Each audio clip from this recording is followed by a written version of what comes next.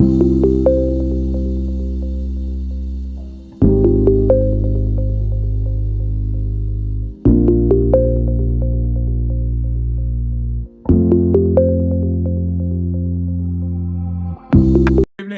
and welcome to the Nobody Asked Me Guy Show. Guys, I'm your host, Melvin Casey Large. Now, guys, as you are aware, today we have with us three dynamic, fantastic individuals, and we will be talking about community gardening.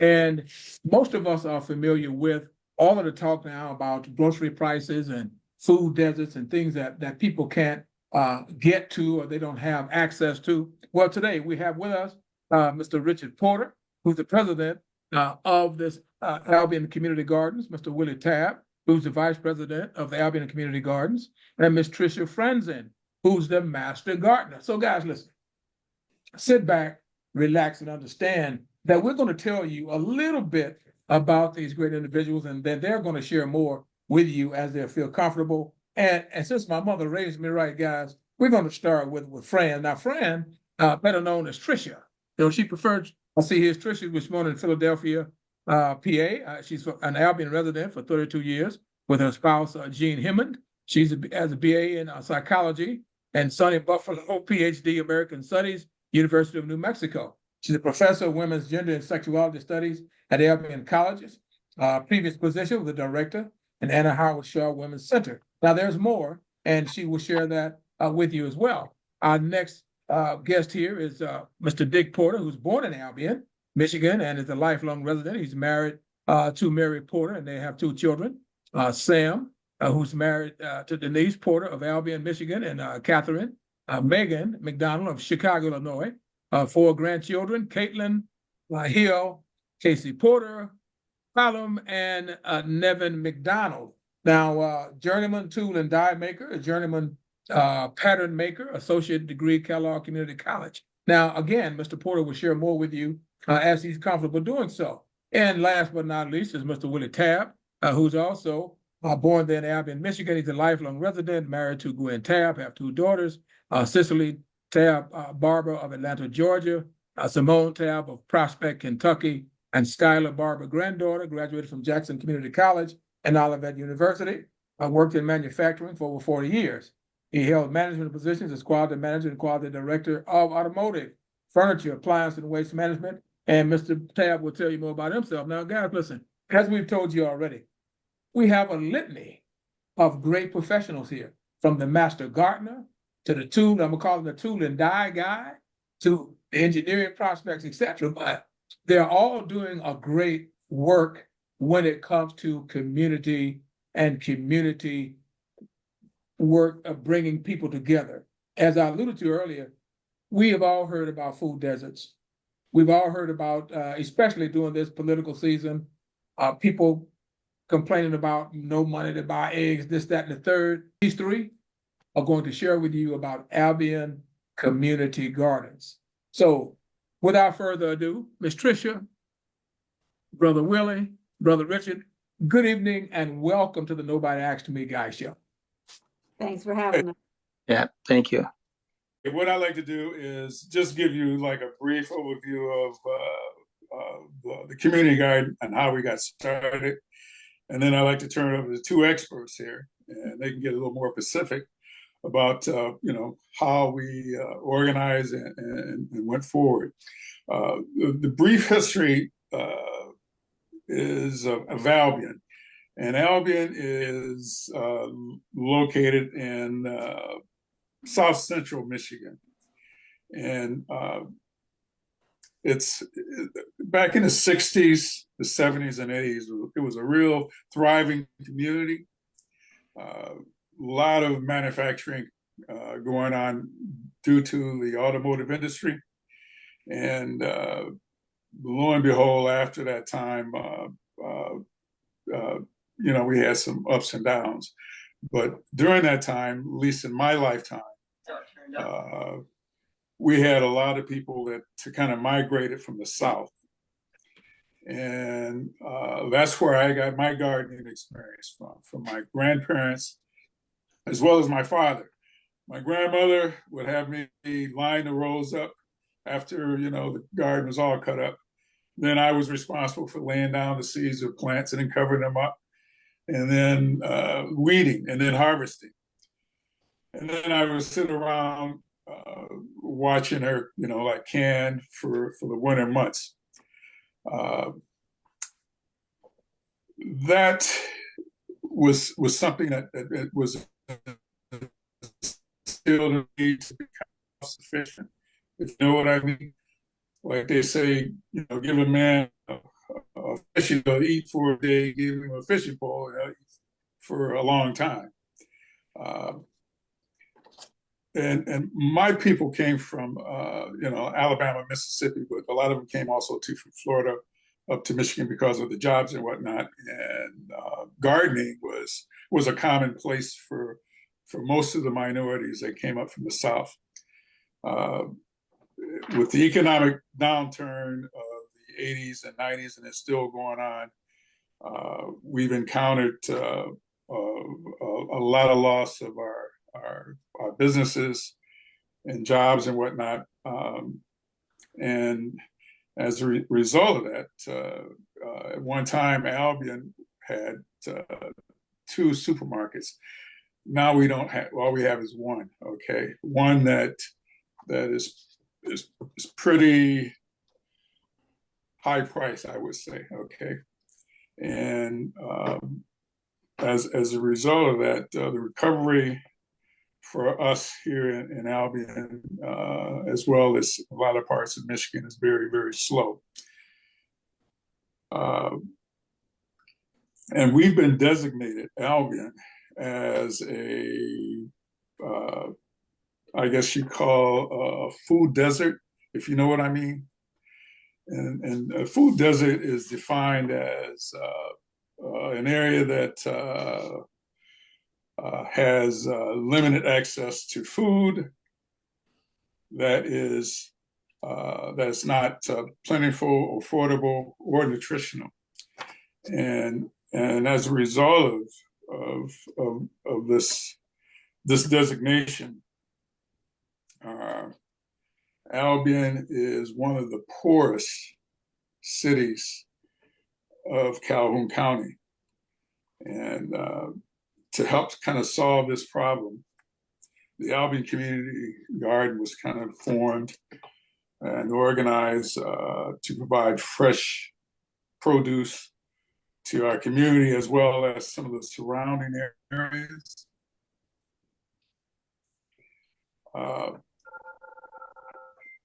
Excuse that little, I'm trying to not listen to my phone here.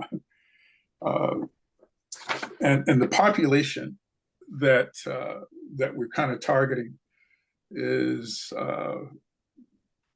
some of our youth, as well as our seniors. And that's really how we got kind of started on the community garden. What was happening as a result of a lot of people leaving Albion, there was a lot of buildings that were blighted, that were taken over by the land bank, which they came in and they tore down these houses. And there was a lot of green area that was available. And what we did is took advantage of that. And we kind of purchased like 3 parcels on the west side of town, as well as one parcel was given to us by Vision of Life, which was started by the president. Her name is Vera Simpson. If you were an Albionite, you would know Vera as a woman that has a staunch demeanor that would get things done no matter what age she is. And right now she's in her 90s, but still kind of spunky and whatnot. But she always wanted to have something that she wanted to give back to the community. One was a Vision of Life, and 2 was donating this land to be part of the community garden. As we got started with the garden, we had a lot of partners that we've kind of brought into the fold, and I think Dick and Trisha get off into that. But we have one garden, which is our main garden, which is located on the side of town, which is the west side, which has the government housing. And I say that with a lot of reverence because that's where I grew up at, was what we know as a projects. And the other one that we have is on the south side of town, which is located near our downtown area. We had a lot of help in getting this thing started. A lot of partners that partnered up with us to get these two sites going.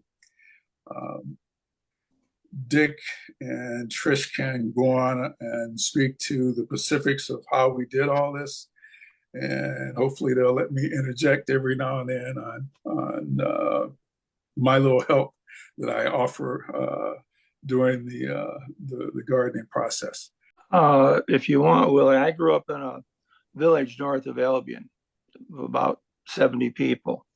My dad had a nursery, flowers and vegetables. So we always canned and froze everything. They were married during the Depression when times were tight. And we didn't know any difference. I didn't know any difference about not providing your own food and fruits. And we did that my whole life.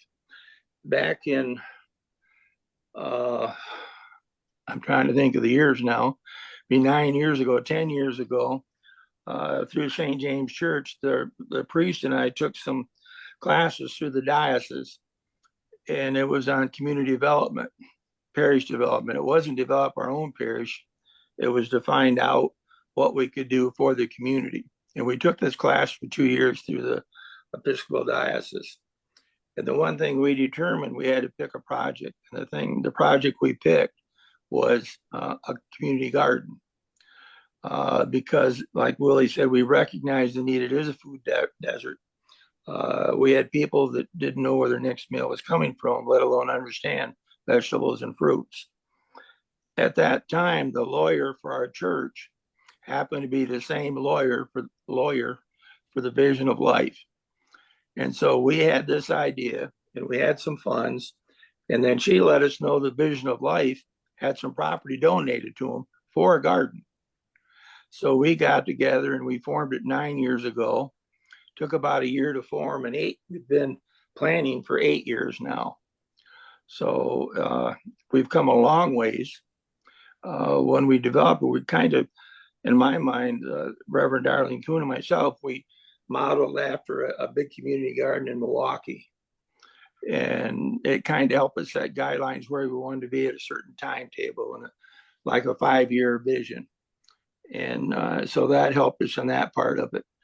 But time we got through forming a 501c3 and developing the needs. And then, like Willie said, we went ahead and I think we did purchase 3 more.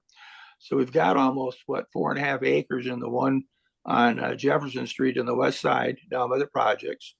And then we have one smaller plot downtown. And we've actually, it's still our garden, but the NAACP runs it for us. And it's been a tremendous match of doing that. That's about that part of it right there. Okay. Well, unlike Willie and Dick, I did not grow up doing a lot of gardening. My grandfather did, but I grew up in the city. But I always loved food. I always loved gardening. I always loved good food. And I always attribute my large-scale gardening to one of my students who noticed we were working with the middle school kids here in Albion. He said, "There's a food problem. I can tell because we always had healthy snacks." And they would really be jockeying to see who got how much. And clearly there was an issue. So she persuaded me that we should try to have a school garden, which we did for about 5 years. And that was fabulous. But then we lost our school district. It got annexed. And at the same time that Dick and Vision of Life and everybody else was planning this community garden. So it was logical to just go over. And what I want to add on to what they've said is that this is not a small garden. We have close to 4 acres in the one location. And so we have half of that we can't even put under cultivation because we don't have enough person power. But we do have a lot of person power because we have a berry patch, we have an orchard, we have grapes, we have a hoop house, we have 2 large plots where we grow the fruits and vegetables that we give away. And then we have another large plot where people can grow their own plots. And all we ask of them is that they volunteer to help with the rest of it. So I think that this was one of the things that people decided is that we're not doing this involving money. We're not asking people to pay for things. We're not collecting money from anybody. We are working on a sort of something of a barter system, I guess you could say, but we also are really committed to getting the food out to the community, either through our bin right there. People walk up, people drive up. We give it to our food distribution groups. We give it to our senior center. And that's the best part, of course. It's wonderful. And, for different celebrations, like when we have our Juneteenth celebration or our big read, which is getting all the children in town reading the same book. They're all those celebrations. We want to be there. And of course, my dream is that every child in Albion will know that they can grow their own food. Yeah. Because we certainly have the talents. And what I worry is that we're losing the generation that knows how to do this. And we have to pass it on. And that's very important because we're located in a very, very crucial area. And that area, people can walk right over to the garden, as well as when we finish, if we're in the harvesting period, at the end of the day, we have a vegetable stand that we put a lot of vegetables and other produce and fruit in there. And anybody can come up and get it. I can almost count the number of people on my one hand that come over from the projects, to tell you the truth. And like Trish said, we've got to come up with a way, and we've come up with some thoughts and some ideas. We try to put those in place, but we're going to continue because we know that we can't continue. We need to be pulling people up, and the best ones to do that is our kids. And I like Trish to go on and talk about the children's garden because we just got that really up and running, because that was one objective that we really had been pushing forward on, and we finally have it so that we're finally getting kids to participate in that the children's garden. Sure. One of the, we took a certain section of one of the garden plots and we designated it as the children's garden. And so we have been trying to make it as educational as possible so that they know that we have a section that we call the breakfast section, where they grow the crops that you would have at breakfast: oats, melons, things of that sort. Then we have like the lunch section, and we had one of our favorites is the peanut butter and jelly garden. And so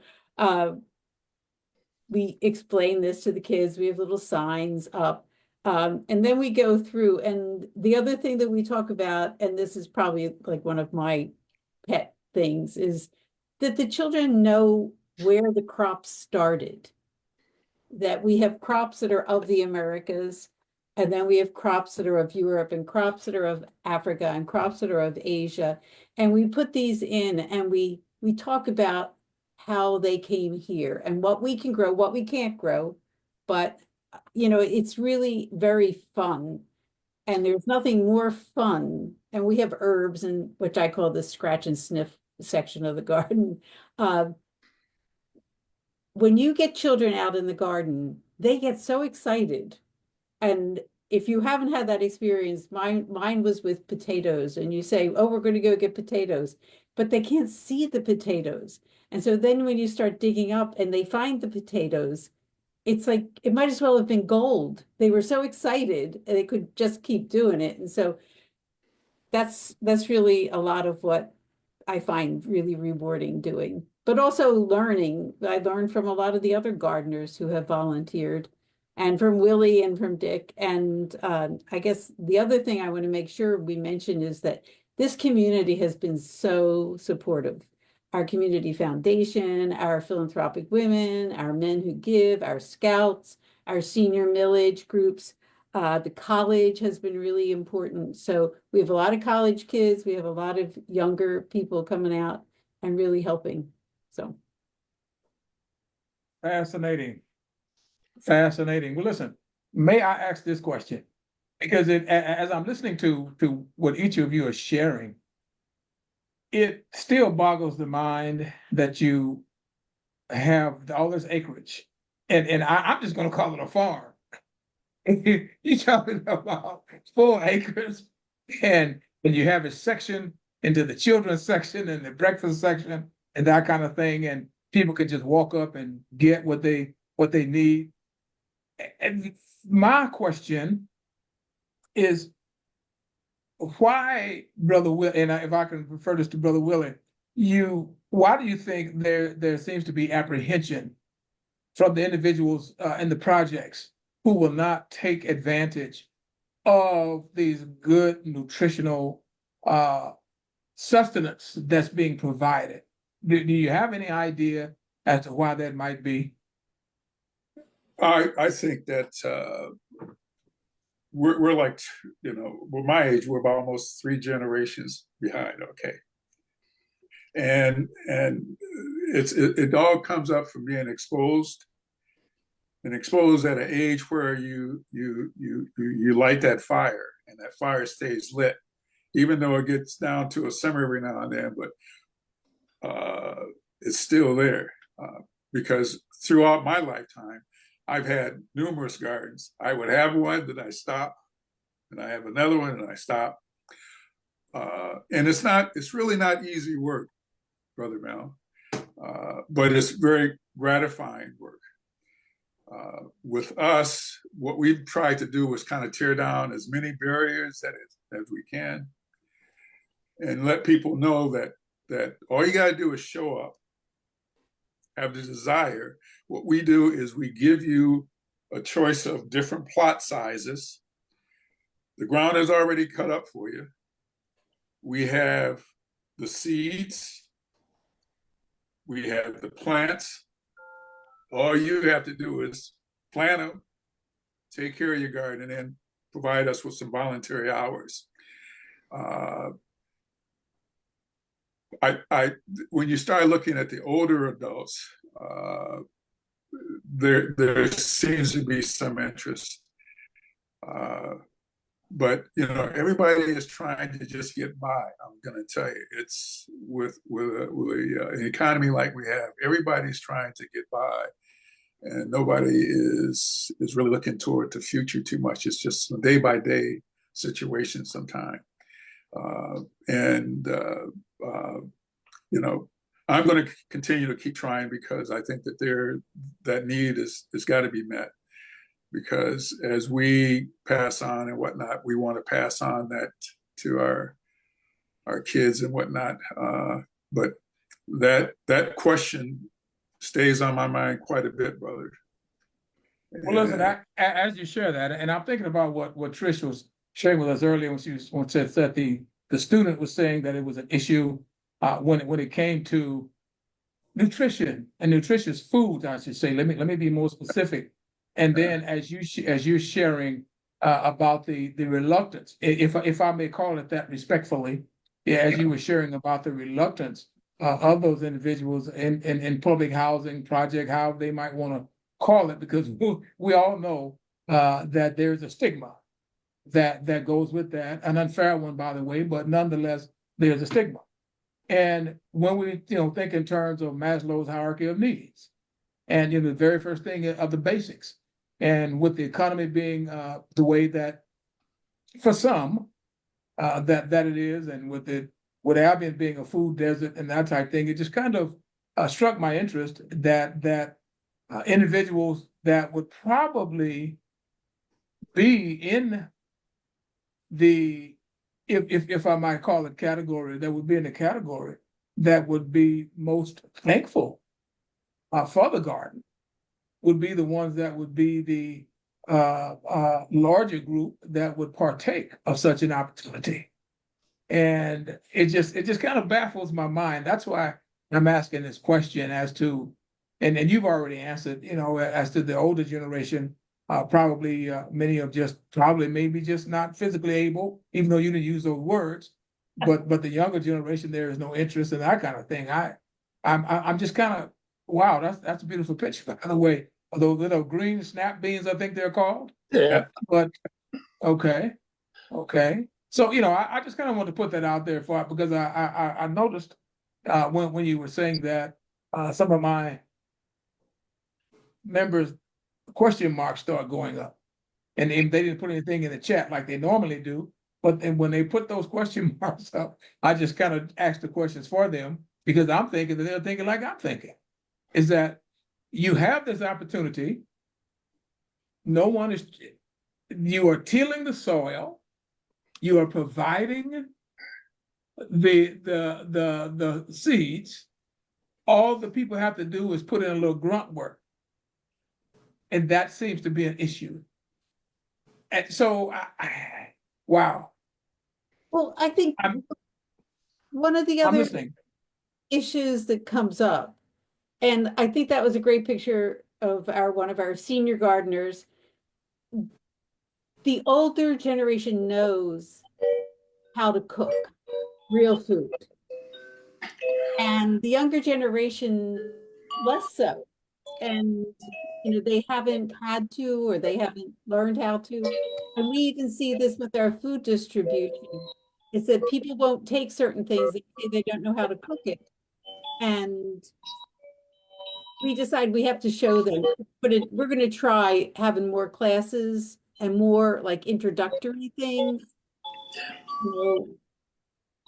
so that people can ask those questions. Yeah. Wow. Listen, thank you for sharing that with me. Yeah. Because that what you just said, Trish, never entered my mind. And when you said that, it's like a light went off in my head. Is that the various generations, and allow me to just reiterate what you just said, are not in that mindset of knowing how to cook or knowing the value of the food that's there, etc. That is epic. And I hope those that are watching us understand and that they share this message and carry this message as well. That is epic. And that is something that no one ever talk about. And that's why I'm saying to you, even for me, when I asked that question, never thought about what you just said. So that's it. Yeah. Thank you for sharing. This picture of this garden was taken 6 years ago. And I carry it only because when I ask, why are we doing this? This is why. This lady had 3 rows of beans, and this was her first row picking. And she could not wait to get home to teach her grandchildren how to can and freeze them. And that speaks volumes to me, because she understood why we were doing it and the value of teaching her grandkids. And so that's why I like to have this picture and I show people what it's all about, because that's what we need to do, is have more of those photographs of the community succeeding. And she was very pleased, and she did it for several years until her health gave way. But she was excited to teach her grandchildren. Now, Trish didn't mention all the plants that she raises. I've known about 1,500 or more last year, where we actually raised plants in the greenhouse. Excuse me, Rick, but you said 1,500? 1,500 plants. And wow. Then we give them out to anybody that wants to come and take them and put them in their own plot. We plant some on our own to give out, and then we give plants. We have people, we're going to have a session in January where people can come in and tell us what kind of seeds they want. and we will get anything they want. We provide all the tools, the tillers, everything. There's no cost. And like we said, we ask for 20 hours. I'm not sure we ever get it, but that's the only thing we ask. And I think it's been very successful. And every year you can see a big improvement. And I think that's what keeps me going. And like that photograph of that one lady that was so excited, you couldn't wipe the smile off her face that she was going to go home and teach her grandkids how to freeze and can those beans. So yeah, we have a building called the Vision of Life, and we're going to start utilizing that and having more classes. And when we talk about this, what comes to mind is this college student, this young college kid, and he works at the garden. Really good kid, and of course, when you're raised, you know, knowing where food comes from, how to you know, plant it, tend to it, harvest it, and cook it, you don't think about it. And so I was talking to him one day because he's a vegetarian. And I said, well, wow. I said, have you ever had fried green tomatoes? And he says, no. And I said, well, I'm going to get my wife to give you a call, and she's going to tell you how to go and make fried green tomatoes. That kid fell in love with fried green tomatoes, man.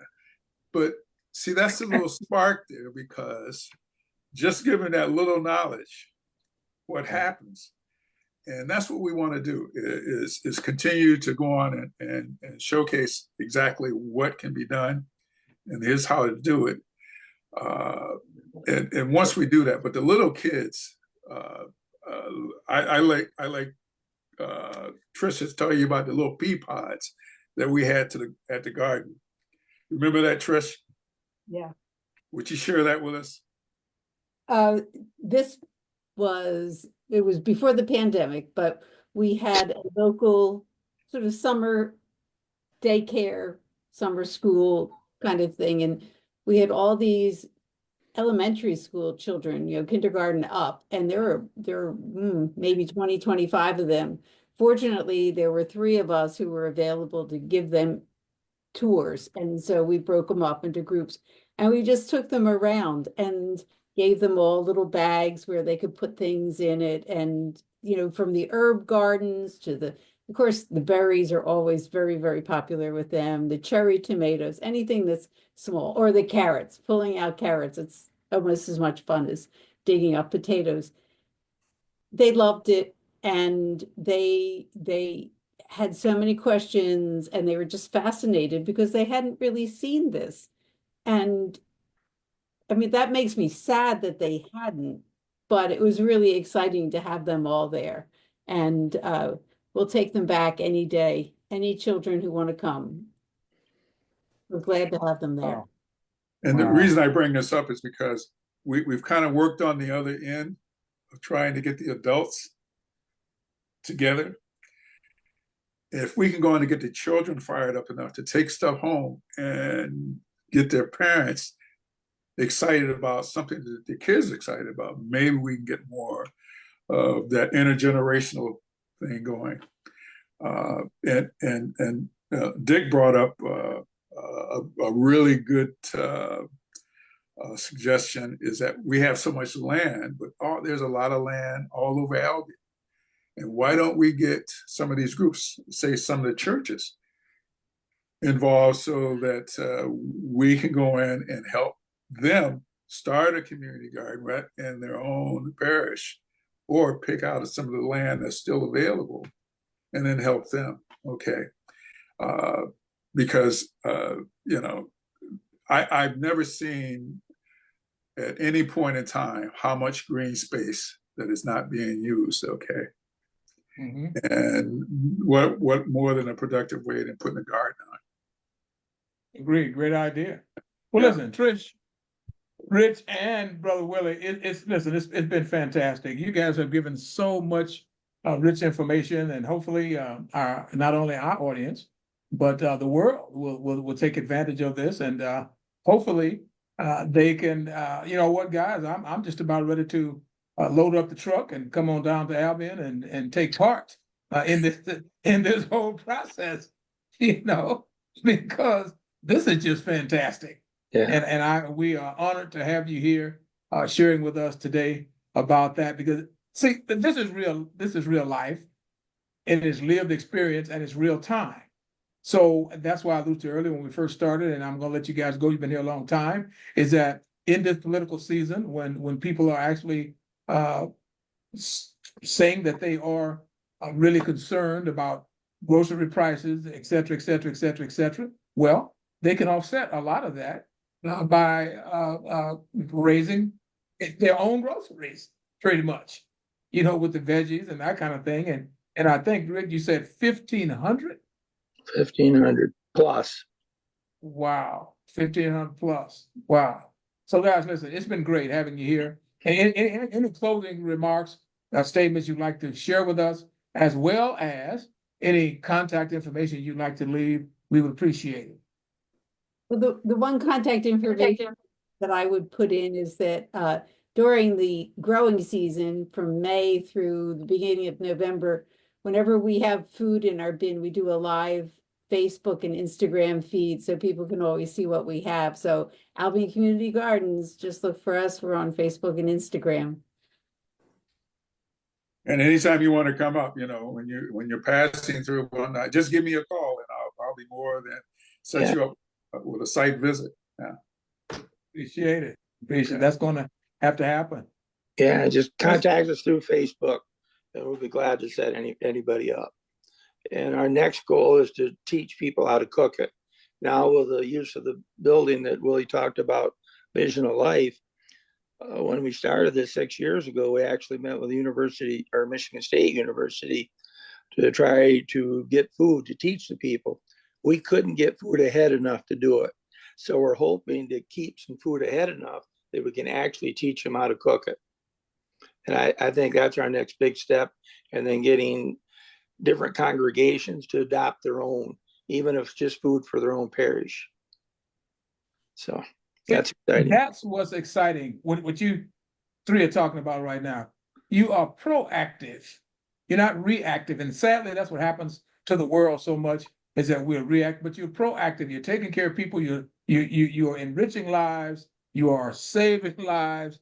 You are, you know, there's just not enough adjectives and things to really share what you're doing. And it can't be taken lightly. And it certainly is not small what you're doing, because anybody can see, you know, but people love to be cute and say Ray Charles can see this, even though he's going on. But Stevie is not going on. Stevie is here with us. Stevie can see the breadth and the scope of what you are doing, the way you are affecting lives. And dare I say, when we talk about that, we have to talk about humanity as a whole.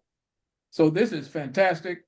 And again, they haven't stopped you because you guys are doing great, because the thumbs and the hearts are going up like crazy over here, which of course, I'll be very honest with you, I knew they would, because I knew that you guys had a great, outstanding program.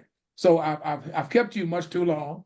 It's been really great having you here. And again, to our audience, as you guys know, this has been the Nobody Asked Me Guy Show. I'm your host, Melvin Casey Lars. And as always, we ask you and your friends to go to YouTube, go to the Nobody Asked Me Guy Show, like and subscribe. Now, we're different. We don't charge you one thin dime for subscribing. So when you get there, you're not going to be met with a surprise, let's say $1.99 or $2.99, anything like that. It is a free subscription to the Nobody Asked Me Guy Show. So listen, it's been a blessing having you here with us today, and it's been great. Again, we want to thank our guests, the Albion Community Garden, Ms. Trish, Brother Rob, and Mr. Willie.